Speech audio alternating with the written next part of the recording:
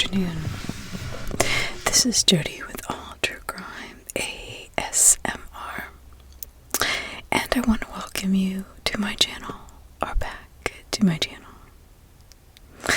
Thank you for joining me. I appreciate it so much. I really do appreciate you. If you like this kind of whispered content, ASMR style, in true crime, then please hit the subscribe button, like and comment as well. Disclaimer, this is a pretty bizarre and twisted story, so anybody with any triggers to the abuse of women or strange killings, please, this is not the video for you. It's not really gruesome, it's just definitely bizarre. So,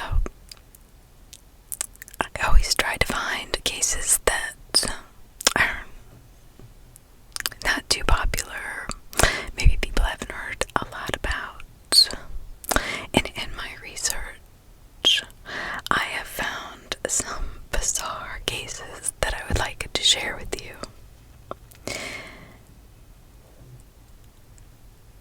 As we delve into this case, I just would like to say there's the strange and then there's the bizarre. This is the story of the sorcerer who planted human bodies. So, there is a shaman in Indonesia, and he was known as a sorcerer in his town. He was sought out for healing, kind of like a medicine man. He was sought out for advice, for counseling, for guidance, especially by young women. Now, he lived on a sugarcane plantation in Indonesia, and he was thought to have magical powers. So, in Indonesia, on April 24th, 1997, a 21-year-old female named Sri Kamala Dwi needed spiritual guidance to assist her with the turmoil in her life. She believed there was only one person who could help her, and one person the community spoke of in whispers. This mystical healer was known locally as the Datuk. His real name was Ahmad Siraji, and he went by many nicknames, including Nasbi, Kalawang, Datuk, Maringi, or the sorcerer. But for Sri Kamala, the Datuk's name didn't matter. What mattered was he could help her when others could not in her time of turmoil in her life. She was a very private woman. She didn't want the town knowing about her troubles. So she actually went so far as to ask a 15-year-old rickshaw owner named Andreas Soweto to take her to the Datuk, but begged him, please, please, please, she begged him, do not tell anybody. You have to keep this a secret.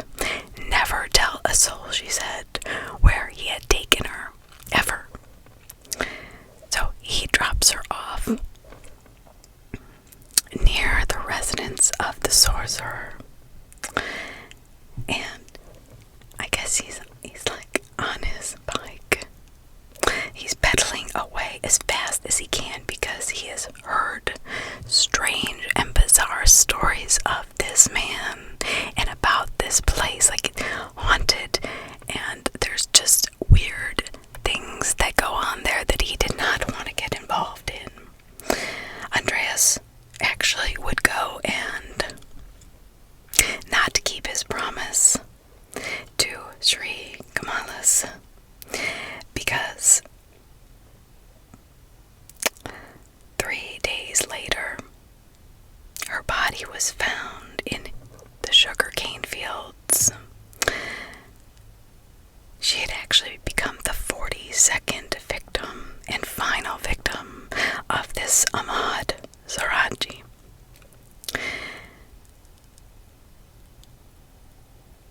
So, between 19, how in the world does this even become something? Apparently, this sorcerer thought that he would actually bury these women, and they were all women, by the way, facing his house because he felt that they brought him magical powers. And he would have them bury or dig their own graves, saying that it was a healing ritual, was part of the process. They had no idea they were actually digging their own graves. And when they got in, he would bury them, fill them with dirt up to their necks, and then strangle them. But why? Why would he even think about this? I mean, what would make somebody believe that this would bring them magical powers? So between 1986 and 1997, he killed at least 42 women, girls, and women between the ages of 11 to 30 as a part of an ongoing ritual that saw him requiring 70 victims.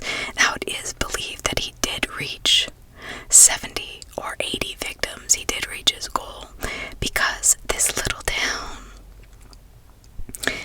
in Medan actually, in Indonesia, actually had a ton of disappearing women. So he lived in Medan in the North Sumatran region of Indonesia. He worked as a cattle breeder. He claimed to be a dukun, which is a class of shaman who are supposed to hold supernatural powers. Word spread around local villages of this amazing magical man. So more people came his way to gain advice or assistance or guidance. So, but before he would give guidance or healing, he charged each of his victims the going rate for the ritual, which was approximately $300 US. Now, if they wanted to be more sexually attractive to men, he would charge more. But then he would have them dig their own graves, so they were basically paying him to kill them. How crazy is this? When I read this, I was just blown away. So belief in sorcery and the supernatural is very, very common across Indonesia, especially in poor rural areas where education levels are low, but also hope is low. And their desire for their lives to improve is so immense that they would go to many, many extremes.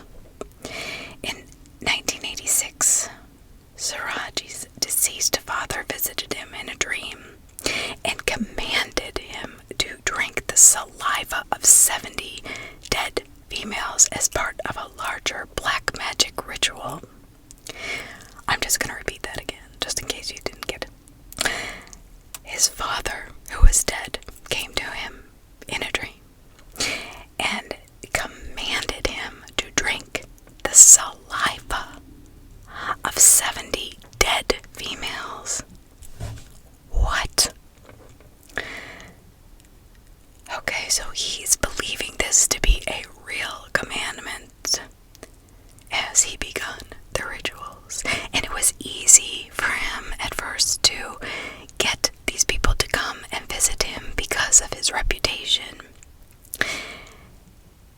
He even said it would have taken too many lifetimes to encounter 70 dead women, so he decided to kill in order to drink their saliva and speed up the process of gaining more magical powers. So he married three sisters who lived with him on the plantation and appeased his every need, so they worshipped him. They did whatever he wanted. He told them of the visitation from his father and what he needed to be done. So he's telling these three women, who are now accomplices basically because they know of what he's planning on doing, that he needed to kill 70 women, or that's what he's claiming to them. He would become more powerful, more attractive, more elaborate. They would have more money. He would just become this incredible magical healer. Quote, "My father did not specifically advise me to kill people, so I was thinking it will take ages if I have to wait to get 70 women, I guess, to die around him. I was trying to get it as fast as possible. I took my own initiative to kill," unquote. And that is from Ahmad Siraji himself. So the plantings. Okay. So these women, they felt their time with Siraji had been beneficial, but at least 42 of them were strangled and buried in the ground up to their necks on his sugarcane plantation. So how did he choose his victims? Well, they were the women that came to visit him for spiritual guidance and magical assistance. So many women were coming to him that it was easy at first. But when he had a gap where there were no victims coming, he purposely would go out to seek prostitutes and homeless women. So already women on their, down on their luck, he brings them back, charges them this money to improve their life, has them bury their own grave, and then strangles them. I mean, I feel so horrible for these poor women. I really do. This just breaks my heart. Yeah, so he would take them to the nearby sugar fields. They believed it was part of the magical healing ritual, not realizing they were digging their own graves. So when they couldn't move out of the mud, Siraji strangled them until they were dead and drank the saliva from their mouths. Then he removed the clothes of the victims and planted them in such a way that their heads were facing his house, believing their positions imbibed him with extra powers. So many skulls were later found on the plantation that led the police to realize that he indeed planted his victims in his sugar fields. How in the world does this? I mean, he must have lived far, far out there, because that was a long time not to get called. He had all of these decaying heads. You'd think that one of his workers or somebody would have seen the heads as they would cut the sugar cane down. I don't know. So there's so many reports in the town, in the area, of missing people, but only tentative connections to Siraji, because many of the victims were so private. They wanted it a secret, because going for help from a magical healer or sorcerer is not necessarily accepted. It This made it very, very difficult to link Saraji to any of the missing women until, remember, Sri Kamala. She told that 15-year-old she had him take her there, and she said, "Do not tell anybody, do not tell a soul." Well, he was like, "Well, I'm telling everybody." A couple of days after discovery, Andreas, the rickshaw driver, heard about the discovery and knew he had to say something. He just knew it. He went to police and told them that he had dropped Kamala off at the home of Saraji. What a brave young man. On the 30th of April 1997, police are now super interested. They are visiting the property and find items belonging to Kamala, including her handbag. So he's arrested instantly, but does not put up a fight. He confesses to her murder, and not only just her murder, but confesses to the murders of at least 42 other females in the same manner. He says, quote, "We are all human beings. We have our own strengths and weaknesses.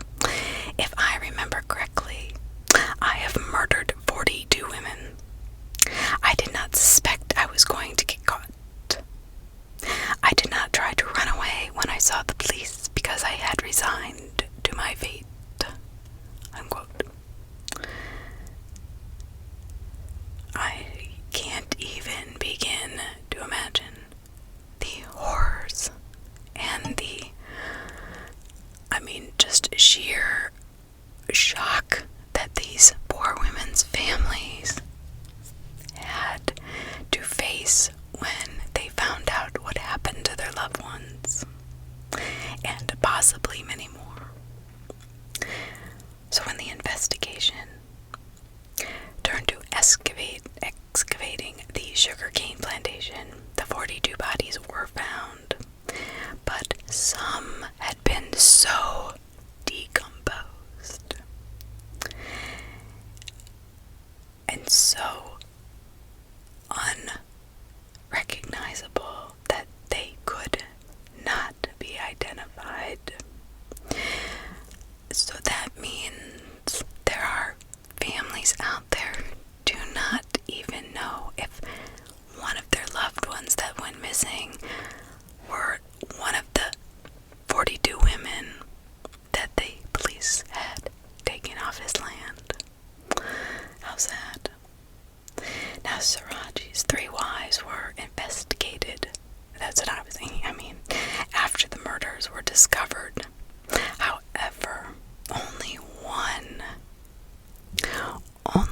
and I'm not sure why. I could not find out exactly why only she was charged, because, as he said before, they all knew about his father coming to him in his dream. I would imagine that they would all be, they had to have been aware, but only one. I guess maybe the lead, or I don't know.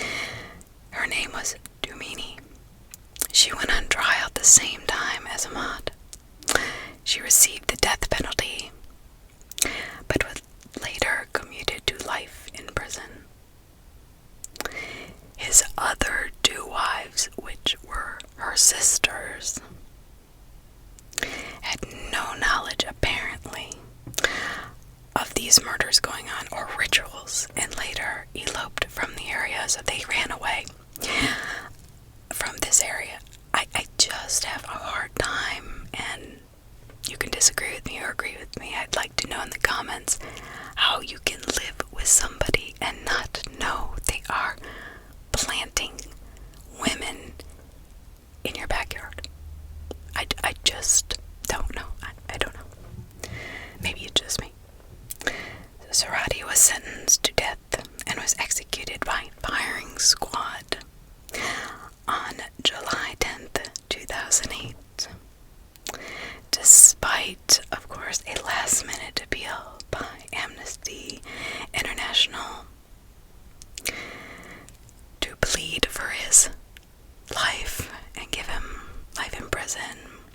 But however, he was allowed one last liaison with his convicted wife, Domini, before he was led out to the firing range. So he was allowed to have one last rendezvous with her.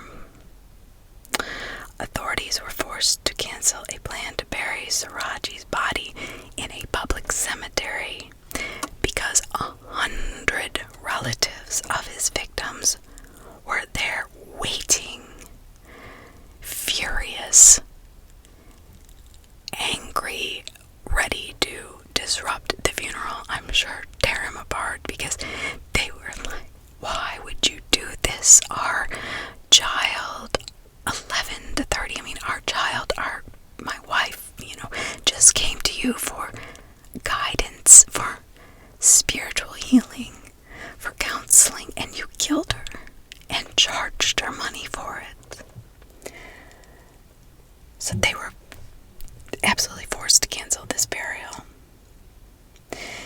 So, like I was saying earlier, although he is linked to the 42 murders directly, there were reports at the time that over 80 people had gone missing in the area, and that he probably reached his goal of 70 women that he drank the saliva of. He says, quote, "The black magic came from God.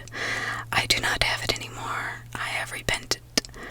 I hope I have a chance to live," unquote. Siraji in a final interview before he was executed. Now, the true bizarre, strange thing about this, I believe, is that he had such little contact with the victims, and the victims were so secretive that it took them so many years to find. Between almost 10, 11 years. 11 years before somebody finally found out. That is crazy to me. 11 years of killing these women. Just one of the most bizarre and truly disturbing crimes I have come across in my many years of life. But I hope you found enlightenment, a little bit of knowledge from this story today, this case, and realize that we are lucky to live where we live, and be careful you trust as your spiritual healer. I hope you all have a wonderful evening, afternoon, or morning, depending on where you are in this world. I love you. Thank you so much